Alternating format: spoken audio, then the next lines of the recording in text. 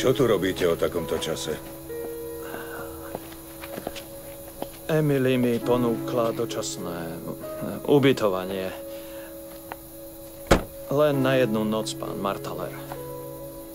Aha. Pán Martaler.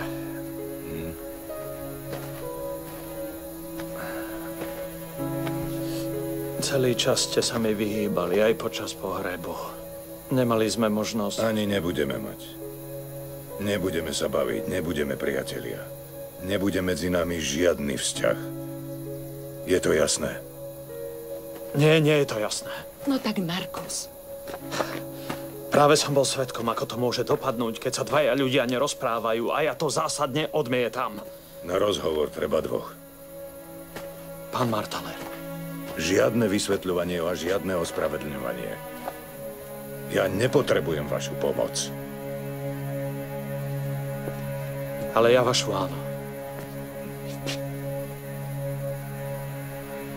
Nebol by som pustil to lano. Bol by som sa radšej zrútil s Andreasom. A prečo mi to rozprávate?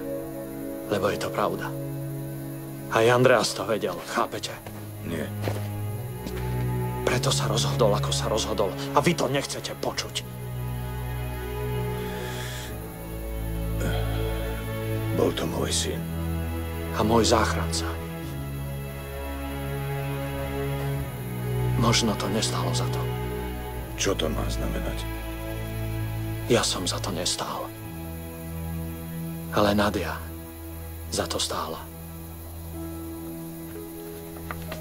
Andreas sa rozhodol správne. A ja s tým musím žiť. Aj keď ma nenávidíte, myslíte na to.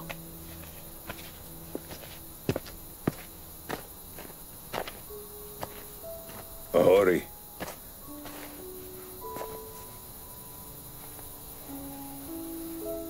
Hory mi vzali celú rodinu.